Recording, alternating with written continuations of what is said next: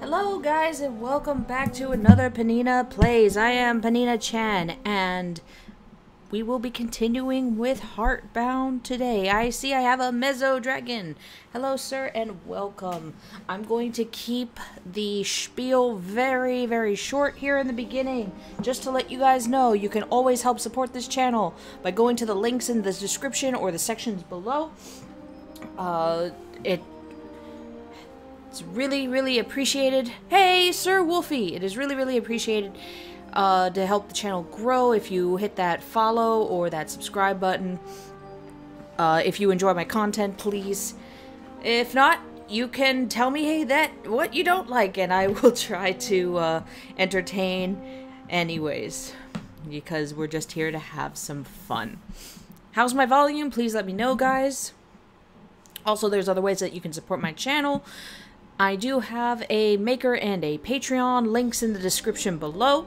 Or you can also throw me a buck or two over there on Streamlabs. Again, if you can't, please don't feel that you are obligated to do so. Just having you here, watching and chatting with me is enough. Mezzo, your volume is fine. How about the game volume?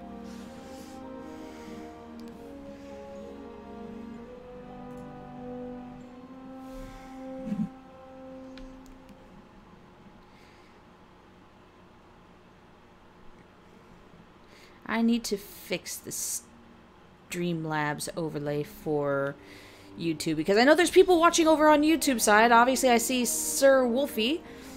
Problem is that it's just not updating or indicating how many people are watching. However, Sir Wolfie, if you'll head over to the Twitch side, eventually I will be moving all of my live stream content over to the Twitch side, and archived stuff will be on the YouTube side. Awesome. All the volume is good. Thank you very much, Mezzo. And here we go. Last time I played, my dog was kidnapped, and I was trying to fight off this yucky-looking monster thing. And I wasn't doing a very good job of it. Let's see if I can do a better job this time. I also, once again, apologize for being late. That's right, I have to go up this way. This kid's walking around in his socks. Ugh. See, I remember that. I don't care what you are. Get out of my way. Let's see if I can remember doing this. Okay. B-A-X-A-B-X. Oh.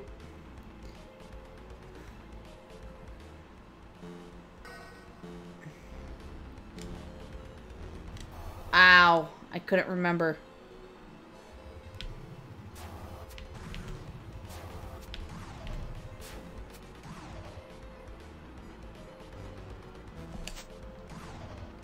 Okay. A-X-A-Y-A-X-Y. Alright, see, that I can remember. Stop talking and fight!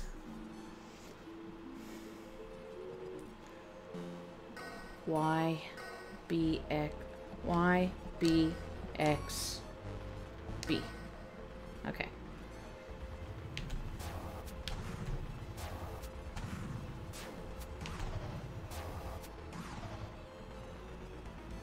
Alright. Smack. Smackety. Smack. Smack. Smack.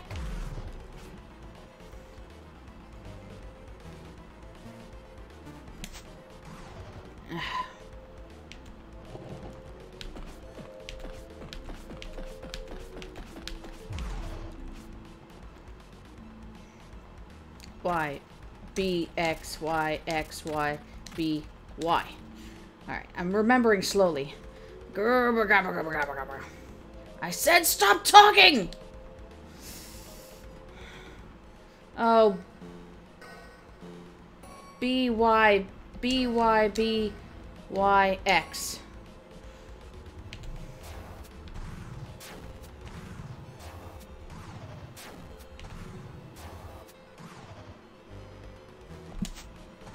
Oh, come on. Can I actually do it this time?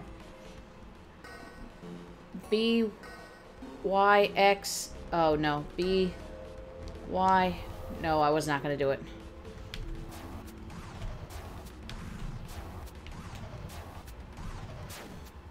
Ooh! Shit! Oh, new dialogue!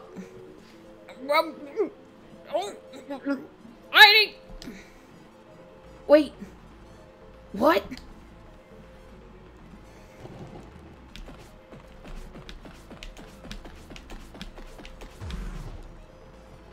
Oh boy.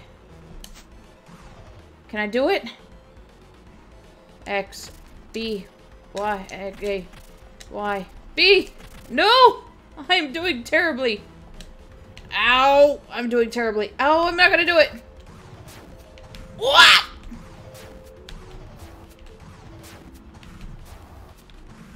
Oh my god, I'm so close!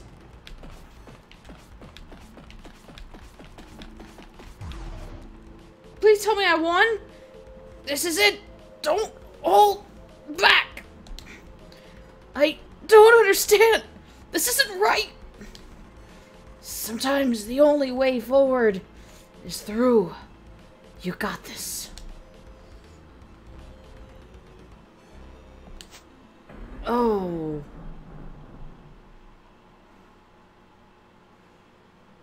Oh no, what happened? Give me back my dog! You were right. Your story isn't over. But his is. Whose? No! Baron? This can't be happening. Don't leave me alone. Not after all this. No. How touching. Am I interrupting you? No. No. No. Please leave us alone. We just want to go home. He earned this. You both did. No, not my doggy. I won't let you do this. I won't let you hurt him. I won't let you hurt anyone. Oh. Please don't ask me to even try. Some foreign mystical language. You can't stop me. Not yet.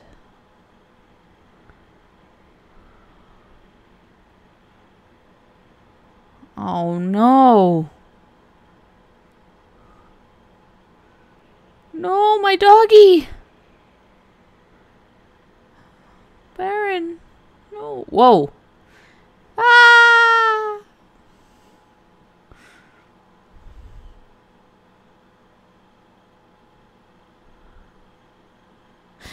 I'm about to pay attention to live chat in just a second, but this... Oh no. He looks pretty beat up.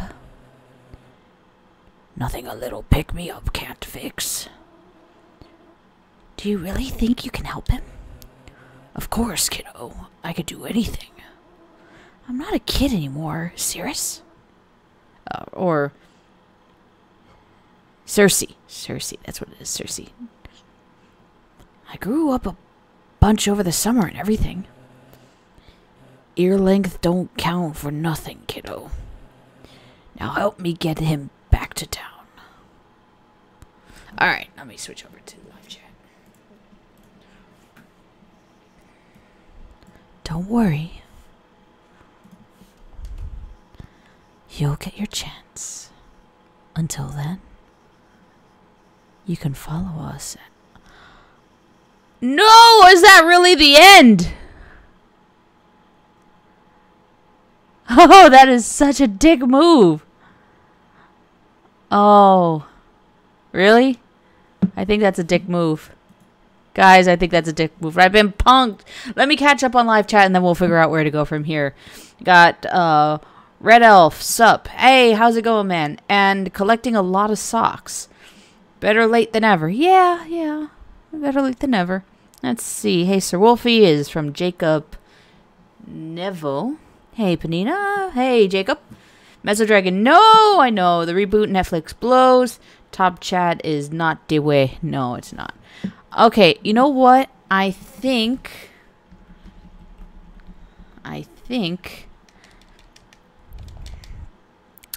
that's the end of it. But this game has been in development for a while, so yeah, there's a demo. But I'm gonna go over here. I'm gonna go over here real quick too.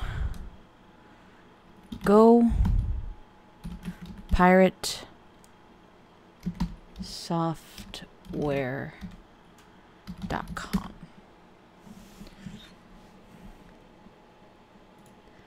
The games. So they have another game called Champions of Breakfast.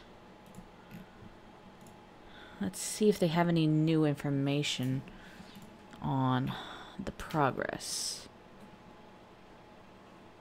HeartBound has been a project of passion for me over the last year, and the main reason I chose to go indie in the first place.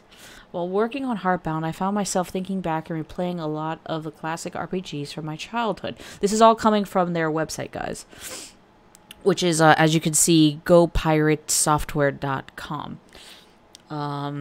Things like Secret of Mana, which there was a release just now, re-release.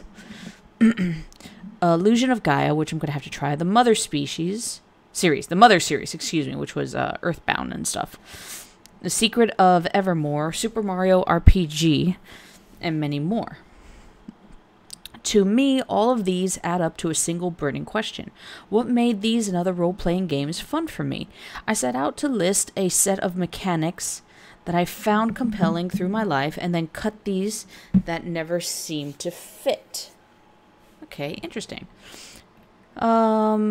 Consumable items. Many times I find that I never use consumables in the single player game that I play, or use them very early on and never again. For instance, I might use a potion at the beginning of Pokemon, generally in the first fight, but then never again for the rest of the game. The majority of the time I felt like I should stockpile these items and never really got a lot of fun out of them. A stark contrast to this would be powers such as S-Tusk flasks in Dark Souls. Please forgive my butchering of names. I've never played Dark Souls. This is a limited used power that heals you and recharges at each bonfire. In contrast to classic consumables, these flasks feel like a missed opportunity when you don't use them, because you know that just around the corner you will get them back. With this in mind, consumables have been replaced with what I feel are more interesting mechanics. Powers that can trigger in combat under certain conditions, or from investigating objects in the world. The power helps you along, and you help yourself to things that you have learned from within. Exploring and player choice. If you guys want me to keep reading stuff from their site, I will. But I'm interested in wondering what comes next for this particular game. And as you can hear, there's some music going on in the background. Praise the sun. It's a cool game. Yes, it's a cool game. I'm just reading from the live chat now. It wasn't even a reboot. You know what, Jacob? I've been meaning to watch it. I know that it just came out a few days ago, and I'm actually waiting for my buddy Rogue to watch it with me. Not that, you know, I have to wait. It's just something that he and I have a project in mind. And, just for, convenience purposes, I thought it would be better that we both, watch it together. There's this other game, Buy Champions of Breakfast. You know, if you guys want me to play their other game and also help these developers, I will. But I want, let me know in the chat. It's a $3 game. I'm willing to toss the $3 to see what this Champions of Breakfast is all about. Throw a little coin their way and maybe see if they'll continue developing this HeartBound game, because this actually this touched me in a way that a game should never touch you. In very explicit ways that require being wined and dined first.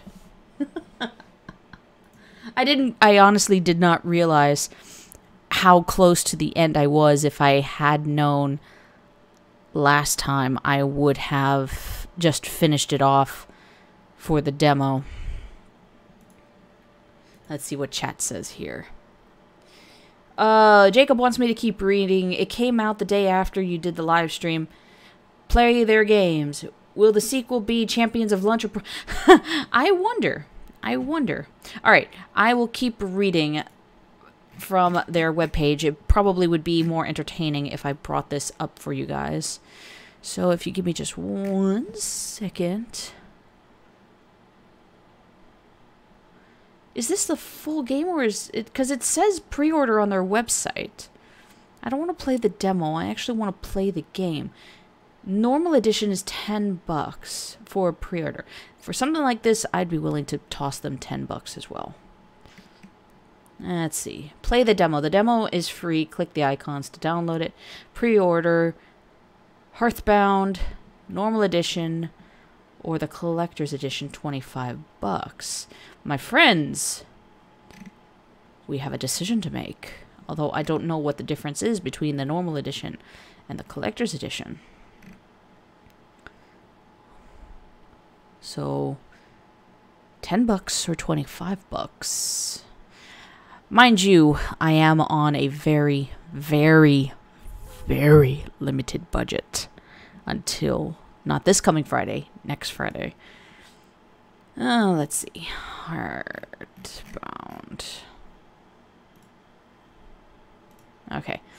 In the meantime, let me bring up, because this sounds like very interesting philosophy, and I might actually learn something from this, because I'm starting to go through some independent coursework that I bought into, such as like through a Udemy course, and I'll be going through learning C# and Unity and a couple of other programs, because I want to do this as well. In fact, in the next few months, it might not be anything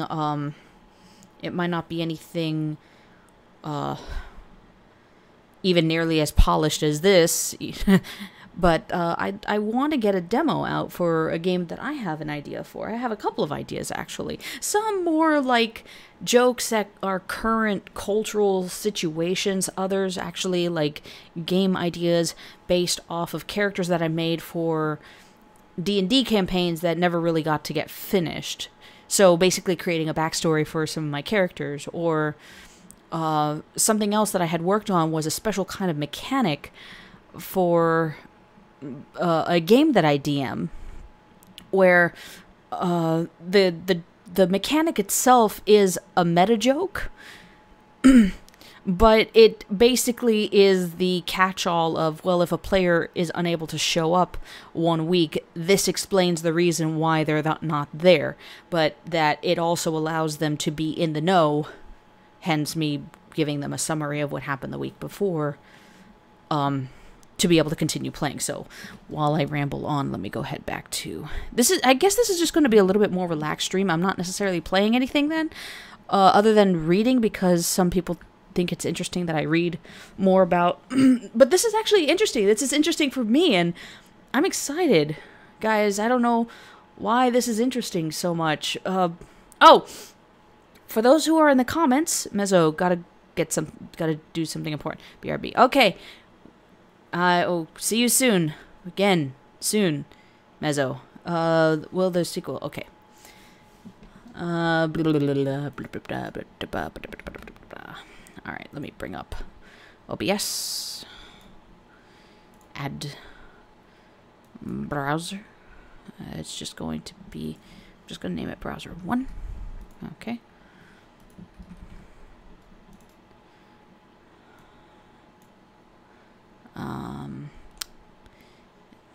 Not exactly. Oh, let me turn off the game display.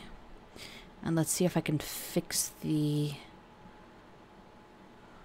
Let's see if I can fix the thing in the thing.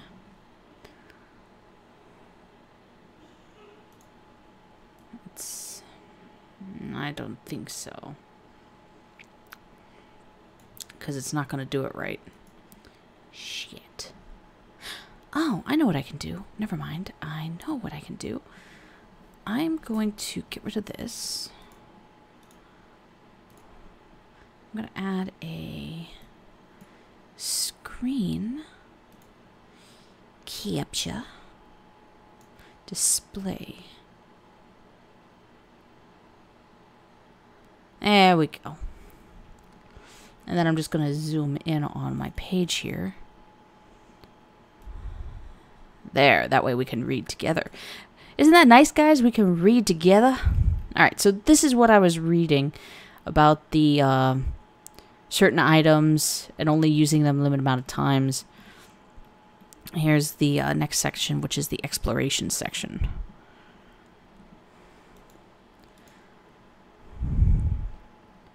See how OBS is doing. So, is OBS tolerating me today? OBS is tolerating me today, okay.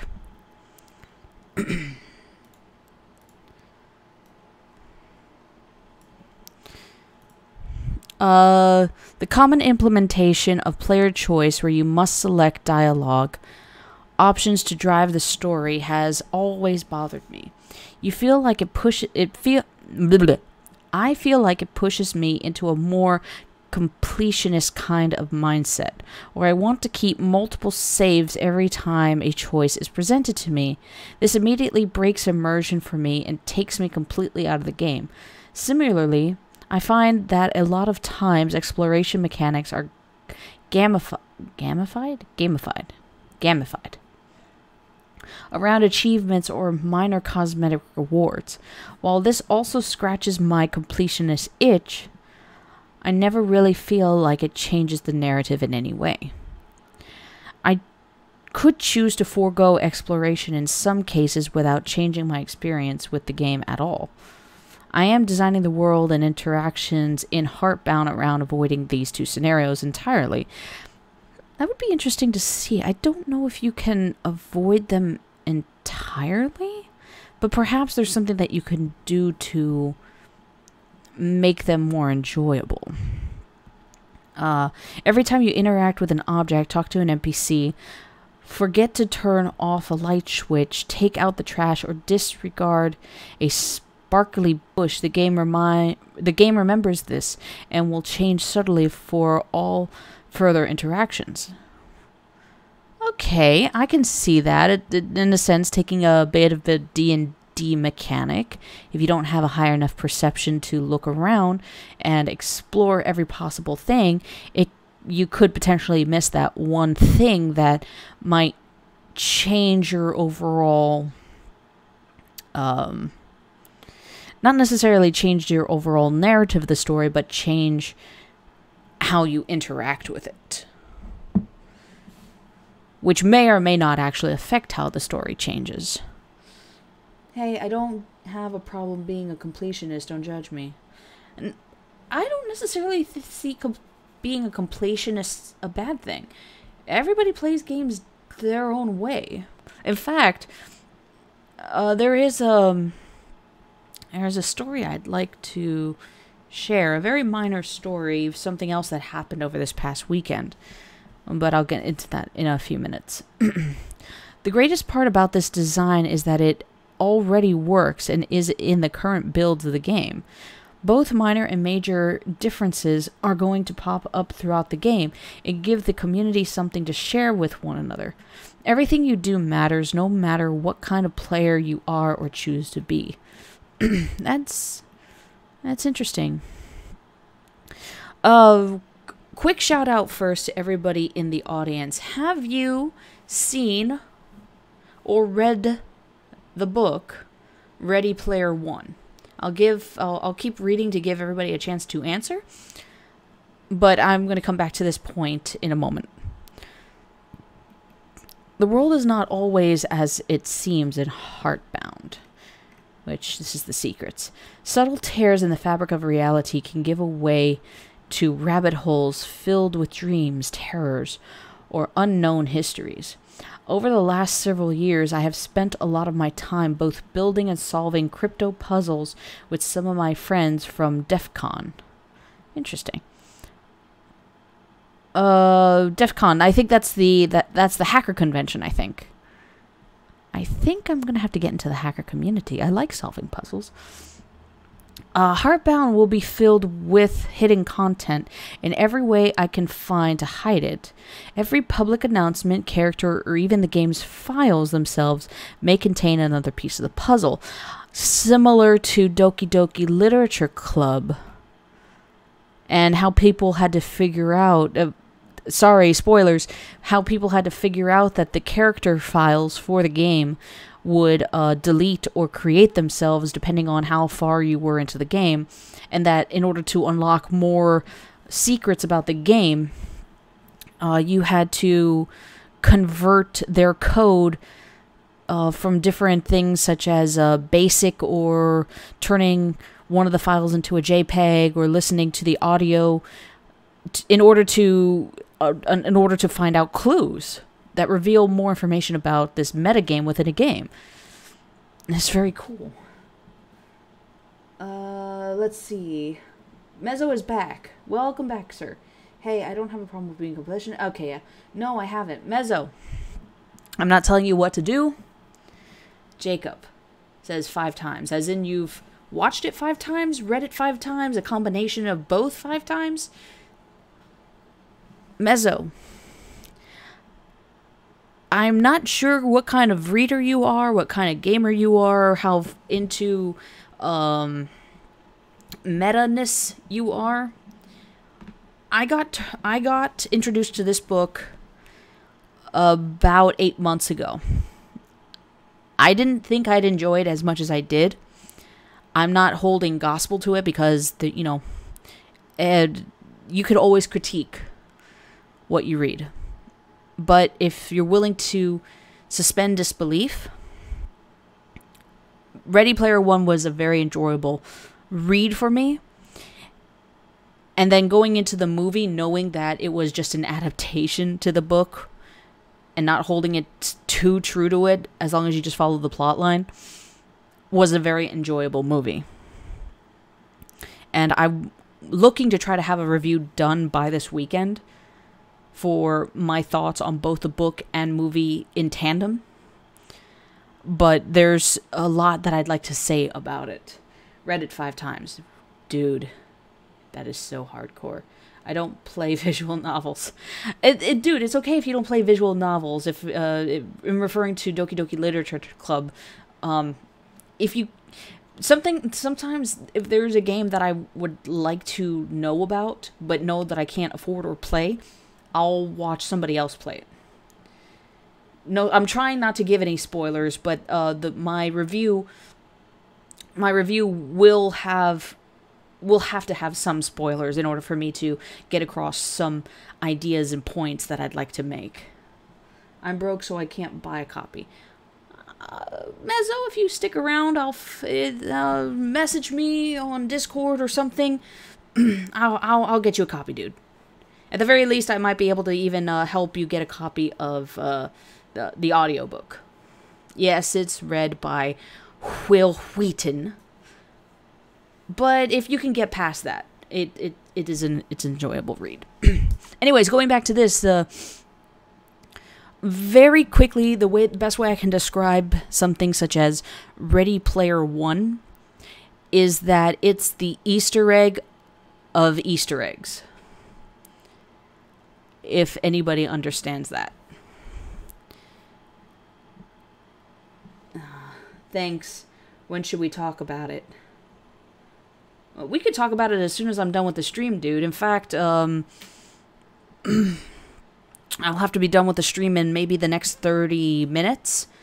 So that'll allow me to finish reading this and just getting a few additional points out of the way. Because at 9 o'clock, which would be 50 minutes after I end the stream,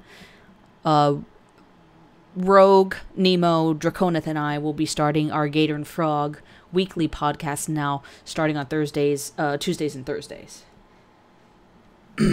Alright, moving into the combat. I've always been really split on combat mechanics throughout the years. On one hand, I love the stat-driven choices you have to make when building a character or team in a classic JRPG or Dungeons & Dragons, which I also enjoy too. Not to go munchkin or min-maxing, but sometimes it's just fun to play with the combinations and actually thinking about the backstory reasons of why a character might be the way that they are. And this is not to say have a reason why a character is mid-max. No. I mean, like, legit enjoyed some of the random rolling that you get and actually putting together a story. At the same time, I feel like the more stat-centric and experience-heavy a game becomes, the more it feels like I just need to grind experience instead of enjoy the world that I'm a part of. Yes, also a problem that I feel too. However, sometimes I can understand the reason for making it a grind. It's to slow you down a little bit. If you're creative with it, you can make it so that it doesn't feel so much like a grind. But if it slows you down just enough so that you can experience some other things before you get to the end, then I think it's worth it. Let's see. 9 o'clock is only a few minutes for me. Freaking time zone. Okay, I apologize. Wait, Mezzo, that means you and I are in the same time zone because now it's 8:45 p.m. for me. I'll be stopping at about 9:15. So in half an hour. And then 45 minutes after that, at 10 o'clock Eastern Standard Time, Gator and Frog will continue on. Jacob. I'd rather have either Batman or Magnus Deacon read. Batman. Wait. I know a couple of Batmans, or Magnus Deacon read the audiobook from Ready Player.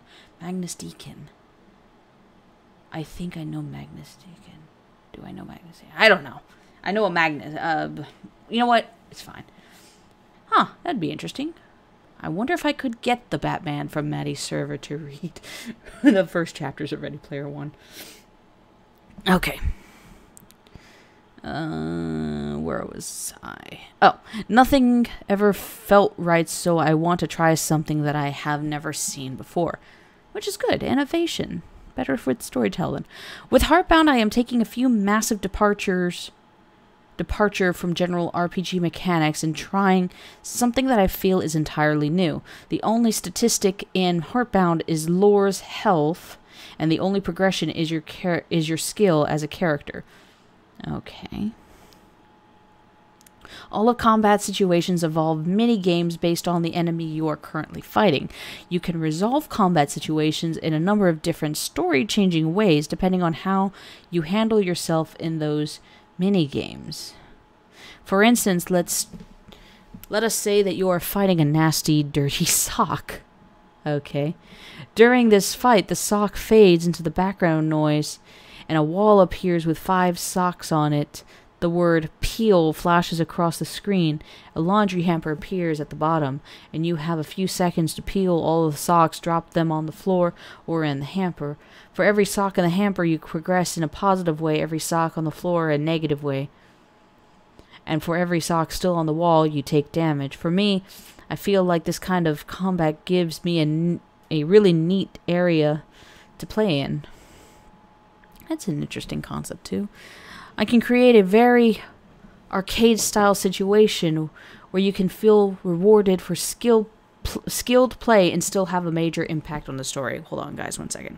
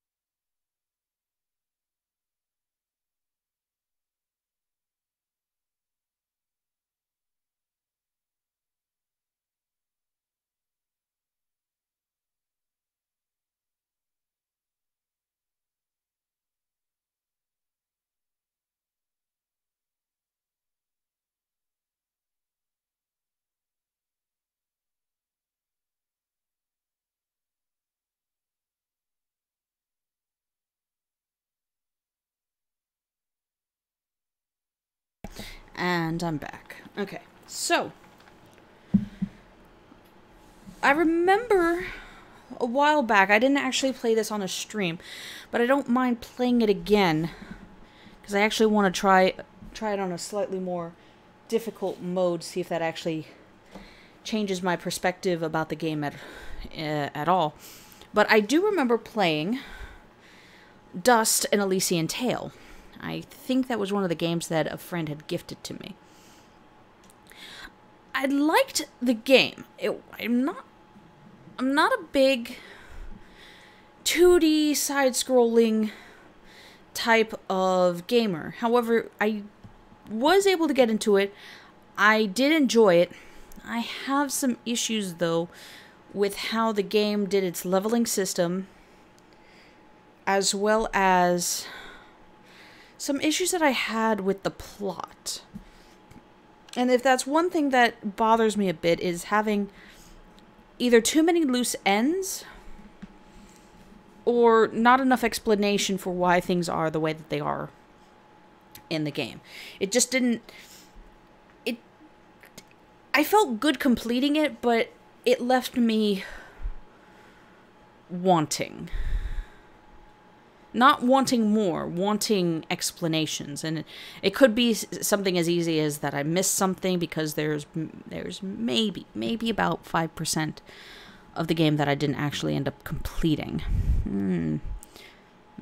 Maybe, I'll be generous, 10% of the game that I didn't end up completing. But a lot of that stuff ended up being side stuff.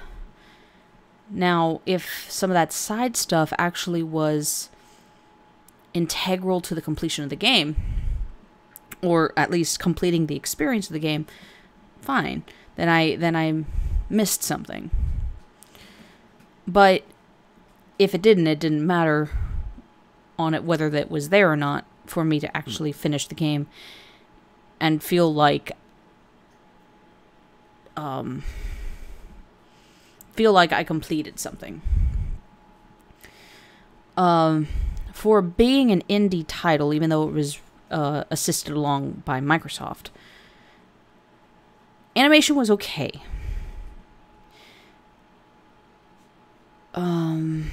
Except for the cutscenes. I felt like maybe the game could have held off. And there was only really 2 major cutscenes. Everything else was like in-game looping animation to simulate talking between the different characters. But like the actual cutscenes for animation I would have been happy if they spent a little longer to flesh those out and actually either make them feel like it was something. I don't know how to explain it. The animation didn't seem like it fit with the rest of the game. So if anybody here also played Elysian Tale, you might know what I'm talking about. Going back to Ready Player One, and I'm trying not to give any spoilers,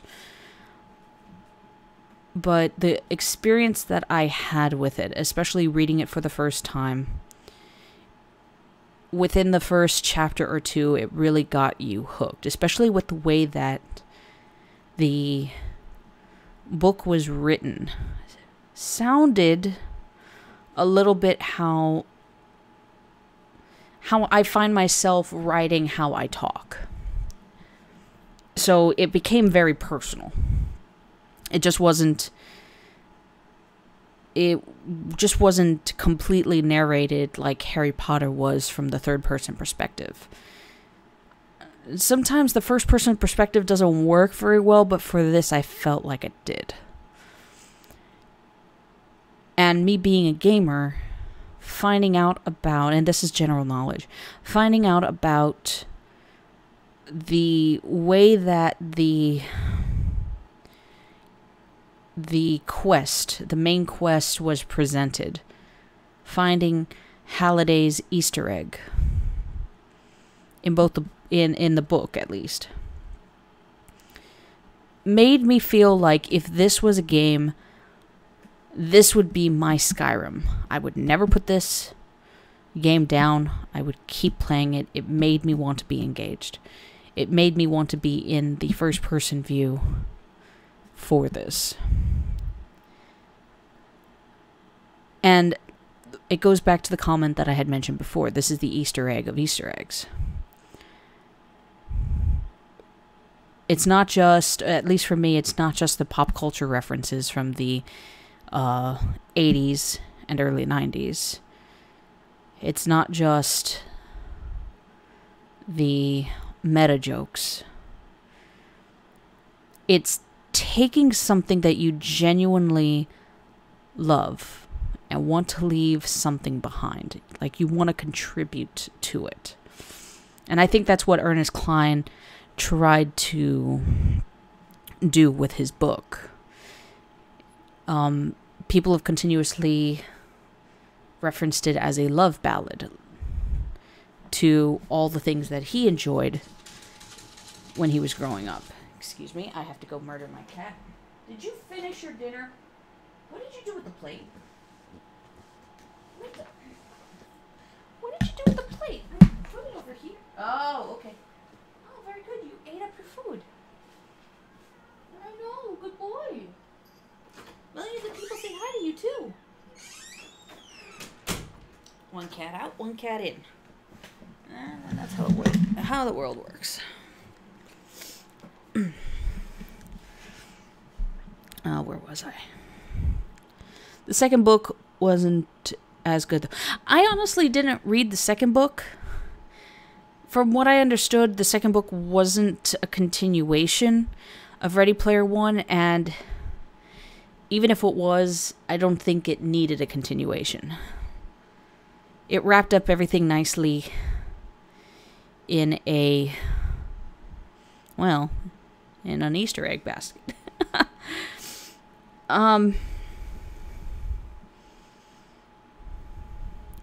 I guess part of what made the book experience enjoyable for me was the way that it conveyed how when you find something special in a game, when you find an Easter egg yourself, without being told, without being guided or anything, that you just end up finding it. And the idea of, and this being a real world thing, you know, I probably should know the guy's name, but I don't remember. It was better than the reboot, though. The guy who developed Adventure for Atari. The very first game that ever had the very first Easter egg. That's what I want to contribute myself. If and when I get to develop my own game. Placing Easter eggs now in the game in itself is like making a sub-level kind of game within a game. And I wouldn't know how I would do it. I wouldn't know if anybody would find it. But I would want it to be where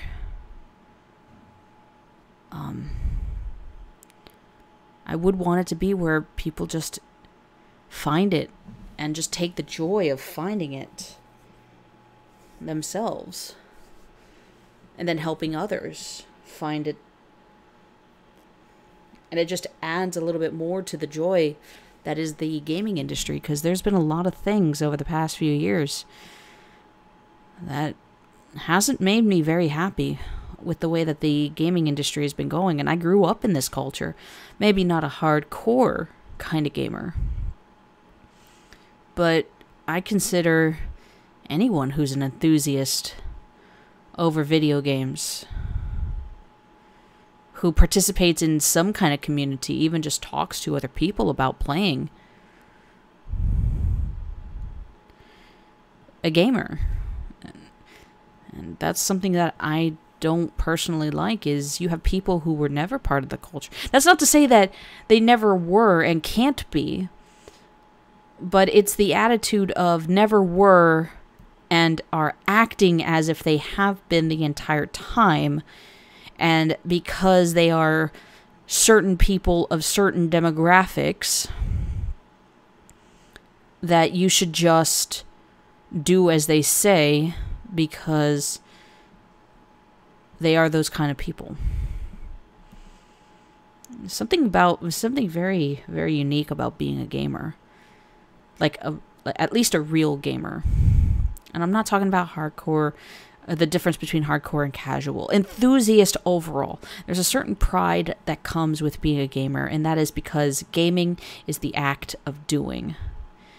If you don't turn on the game, you're not a gamer. If you don't play, you're not a gamer. It involves interaction. Yes, with a book you read.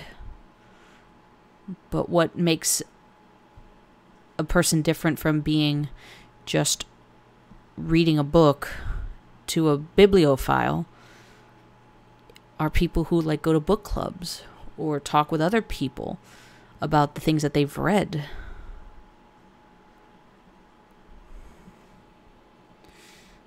I think you're talking about me. Hey, Hunli, how you doing? Ooh, that's a long time ago. What was a long time ago? Oh, you're making the reference about reboot. Think Monkey Island. Hunli, hiya. Gator and Frog, I think you're talking about me. I might have been talking about you. Who knows? How old are you, PeninaChan? I am going to be the ripe age of 3 times 11 at the end of June. So, if you can maths, you can figure it out.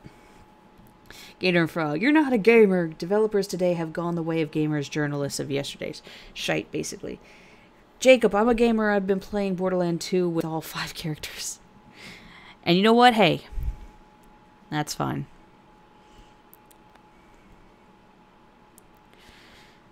Developers today have gone the way of games journalists of yesteryear. You want to know something, though, interesting about that?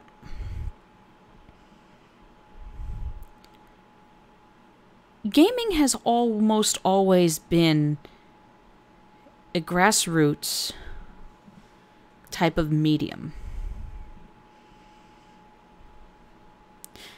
Not saying that that's not how Hollywood had started. That's not saying how music had started. It's not saying that's how books had started. But they have been in our culture for a long, long time.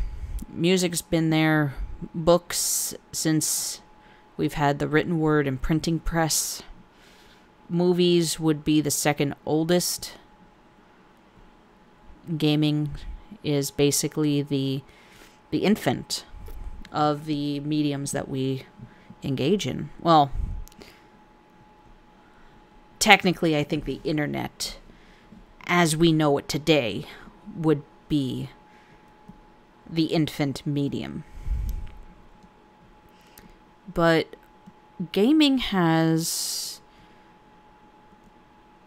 been grassroots, and though you've had companies that have come out and are the AAA developers, gaming still very much thrives off of the indie games, supporting the little guy. Because usually it's the little guy, like these guys over at PirateSoftware, or PirateSoftware, I should say, who have new ideas and see things that they don't like in the gaming world.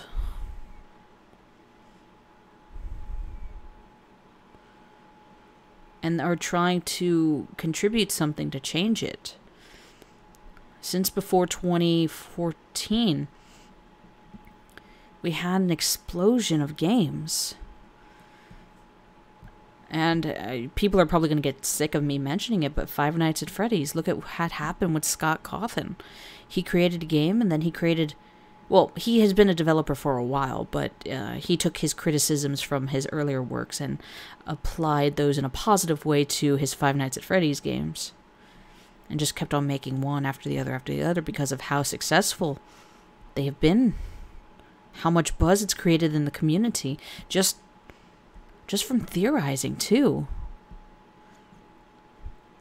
And then you have people making fan games based off of Five Nights at Freddy's. So now you have more. In a sense, you've created... Not only was he a developer of games, but he was a developer of other developers. Then you have guys like Nixon, who makes a free roaming variant of Five Nights at Freddy's called The Joy of Creation. And how successful that was. It was one of the first games that I've had on this channel, was doing the Let's Play of The Joy of Creation.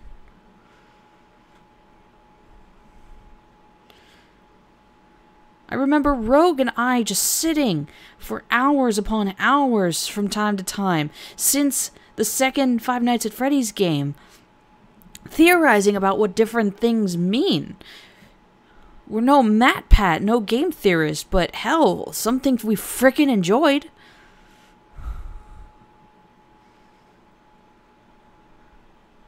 And you get these other little ones that pop up. Undertale. And then I've heard HeartBound is basically not a clone, but inspired by. Esque.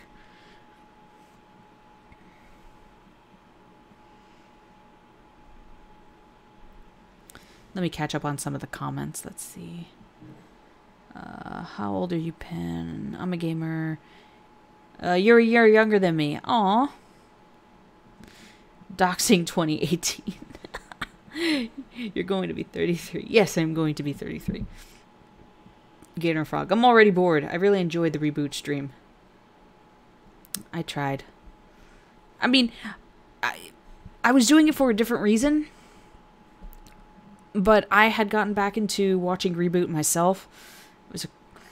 I just remember growing up and never missing a Saturday, even if it was a repeat. And there's something special about it too, being the very first computer-generated television series, and the idea of this little tiny world that inside of your computer. I'm the eldest of kids in my family. So anything I did, I ended up doing it first and then getting my brother into it.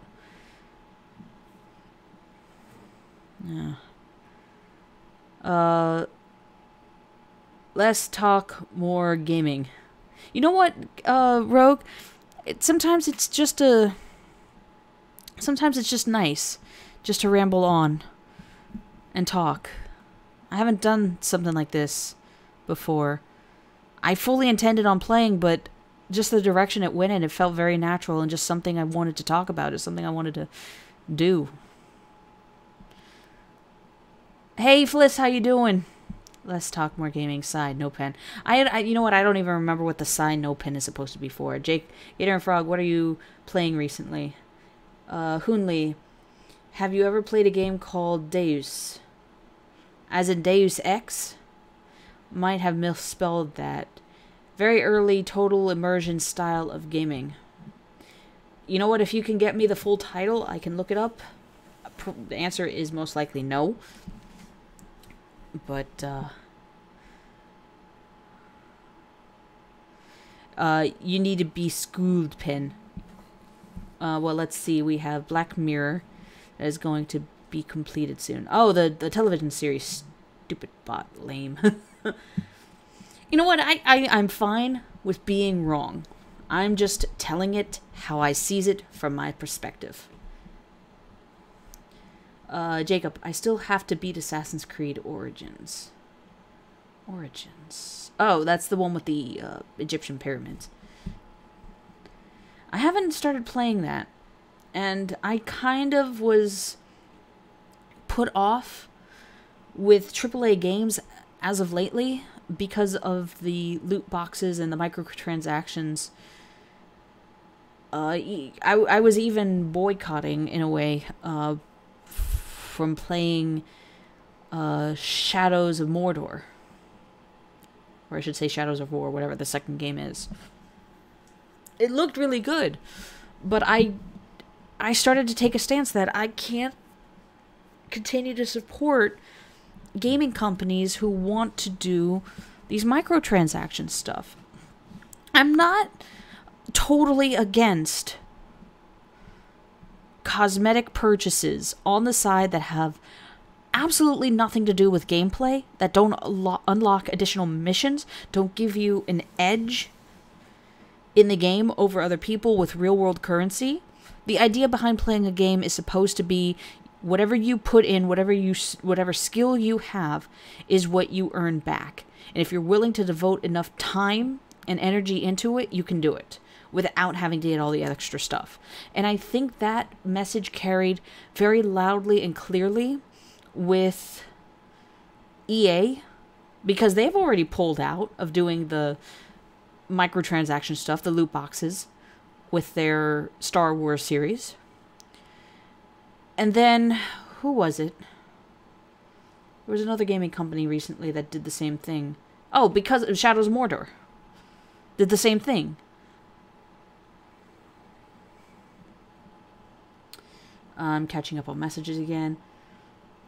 Yeah, but he hit a niche at the right time, and it was its player base that made it grow. Yes, I'm not taking that away from you, Hoonley. That's exactly right. He hit a niche at the right time, and sometimes that's part of it. Part of the success is the unknowable variable of when the correct time is. Who has the eyes on it? Sometimes you can't help that. And actually, this is something that I had and was having a discussion with, which I'm going to wrap up the stream in a little bit, but this is a discussion I was having with Rogue recently about the movie Ready Player One and why it came out this weekend as opposed to another primetime weekend. It could have definitely gotten more eyes had it been on any other weekend. But I'm wondering if you guys can... I'm wondering if you guys know the answer of why this particular weekend, why Spielberg and Warner Brothers chose this weekend, this past weekend, to release Ready Player One. I'm not going to spoil it. I'll give you a second to think about that for a minute as I read on. And Rogue, I know you know the answer, so don't spoil it. We have survived Mars to get into. Yeah, I have to check that one out too. Is Survive Mars an FPS? No, Survive Mars is kind of like it's a combination of Astroneer and Civilization, but on Mars. But it can go wrong so easily. Look at Spore. Yeah, you're right. Spore had a lot of hype behind it, and I think part of it was that they had marketed to you could create almost any kind of character you wanted, but it didn't turn out that way. Even I was having trouble with the creation system, and it felt like I was sold something that it wasn't, like a false advertising kind of thing. Gator and Frog, I heard my name. Yes, because I've said your name a couple of times. Bendy and the Ink Machine is cool too. Yes, it absolutely is.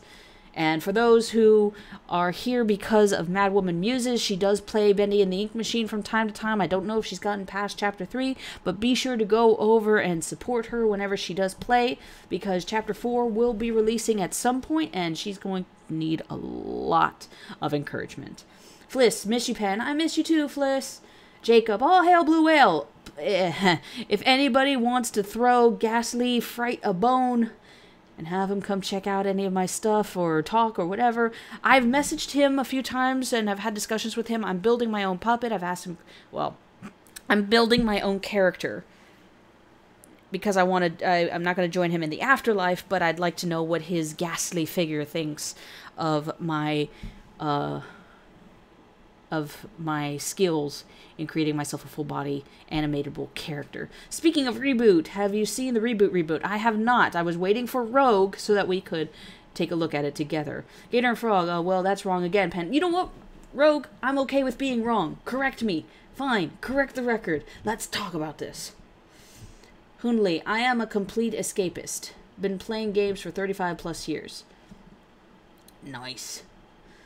The first computer animation TV was in 1960, a 49-second vector of a car traveling down a planned highway. Okay, so technically, yes, you're right. Technically, let me clarify. Reboot was the first 30-minute or 22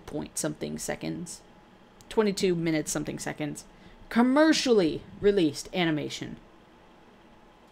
Released. Hunley, I've tweeted you the link. Okay, I'll have to take a look. You really should save this for GNF. I will. Jacob Penn, if you ever need help with another live stream like that reboot one, again, just give me a call. I will, Jacob. Not a problem. 1967, a 10-minute computer animated film by Charles Surfy and David Schaffer. Robinson's Requiem style game. Gator and Frog, I heard my name again. I'm gonna keep calling your name. Rogue, rogue, rogue, rogue your boat gently down the stream.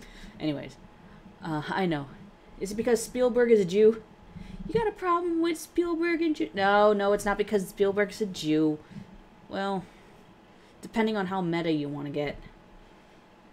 Gator and Frog, nope, try again. Think about Easter. Rogue! Think about Easter. Jacob, Easter vacation, Easter eggs. Yup. It's going to be released this month, probably. Give Jacob a game. I will go and get Jacob a game. Alright, I will go give Jacob a game. Jacob got the answer, and this is something that we do, is we give out games for people who participate in live chat. And Jacob participated with his whole heart. The question for me is, can I remember where this thing is? Let's see.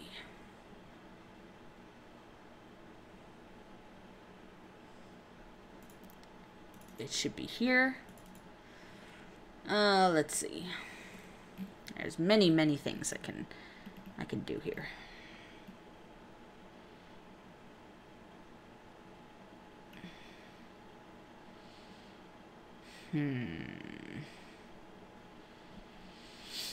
Let me catch up on chat real quick as I decide which one. Give Jacob and Nemo come in a minute, Pan. Actually, Fliss, in about 3 minutes, I'm going to be ending the stream and joining my co-hosts, the Canadian Rogue, Mr. David Nemo, and Draconath, on a live stream. So, Fliss, if you want to wait until 10 o'clock Eastern Standard Time, which is in about 40 minutes, we will be having a podcast, so you can come and join us over there, too. Jacob, Rogue, I'm an Xbox One gamer. Gator and Frog, I heard my name again. I'm going to keep calling your name all the time, every time.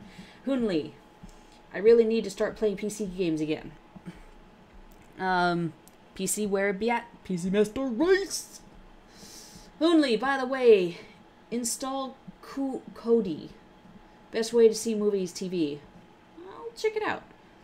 Gator and Frog, it's in the drive. I know it's in the drive. I gotta just pick a game, though. Jacob, do you need my Twitter name? No. I'm gonna send you a message on Twitch. I wanted to say Steam, but I'm gonna send it to you. Hoonlee, yes, Hoonlee. Hoonlee. Ooh, let's see. There's many, many games in here that I could give away. I see one that I want out of this list.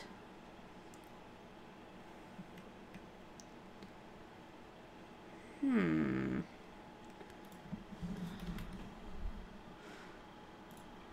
going to move this over here because I need to search what this title is.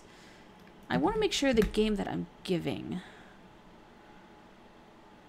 means something. Has some kind of significance.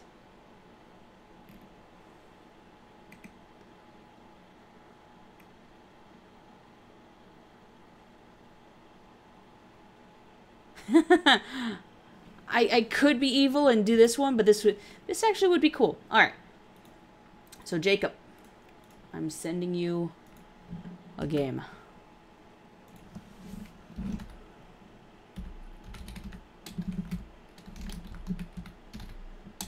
How do I spell your last name? Or your stream's last name, I should say. Oh, that's right. Jacob is on the YouTube side. So yes, Jacob, please. Actually, send me. Are you in my Discord? Send me a message and tell me that it's you. On.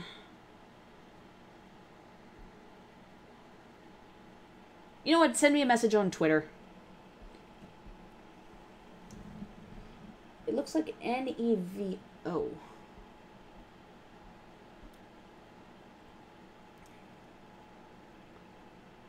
Hey, David, how you doing?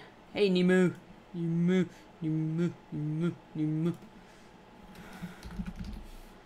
I gotta open up Twitter, though.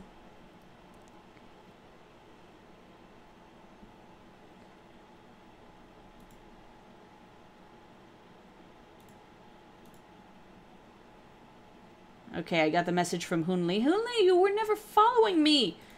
Apparently I was never following you either, so sorry. Alright, so, Jacob, I have a game reserved for you, sir. Please, message me so I can give it to you. On that note, ladies and gentlemen, I'm going to go join my other cohorts as we prepare for the Gator and Frog podcast, starting in 40 minutes. I guess let me do my quick spiel. Yes, Gator and Frog, starting in 45 minutes. We are moving from our normal Saturdays to Tuesdays and Thursdays at 10 p.m. Eastern Standard Time. We talk about gaming and tech news that has happened throughout the week. But because there has been a lot of news as of lately, we can't cover everything. So what are we doing? We're splitting our show into 2 1 hour shows instead of 1.5 hour shows during the week. Lets us have a little more time to banter. For Fliss's sake, Nemo and I are going to fight. It'll be a death match. Place your bets. And then our Saturday streams are going to turn into our drive-in, which is when we have, basically it's a movie night. So we have a weekly movie night. If you head over to GatorandFrog.com, that would be Gator, the letter N, Frog.com, you can take a look at the website that me and Rogue have been working on updating. And if you go over to the channels? Shows. If you go to shows, channels, shows, somewhere, I will type it here. GatorandFrog.com. Stations. I'm sorry, it was stations. You can see that we have many, many stations that you can choose for your viewing pleasure. And if you click on one of them, a player will begin from our friends over at Pluto, and you'll be able to watch some movies. But before I get copyrighted, I'm going to click away. Other than that, be sure to check me, Madwoman Muses, and what's her name? Lou. Tomorrow at 8 p.m. Eastern Standard Time for our Girls Games Night. We should be continuing Don't Starve Together, so grab some popcorn, come and give us a shout out. Let us know that you're there, and we will perhaps tickle your fancy by responding to you in the live chat. Am I saying things that make sense? I don't know, but I said them anyways. I know I'm shilling Rogue. Shill. Is there anything else that I need to talk about? I don't know. But I talked about Gator and Frog, and for a good measure, one more time, GatorandFrog.com. That is Gator, the letter N, Frog.com.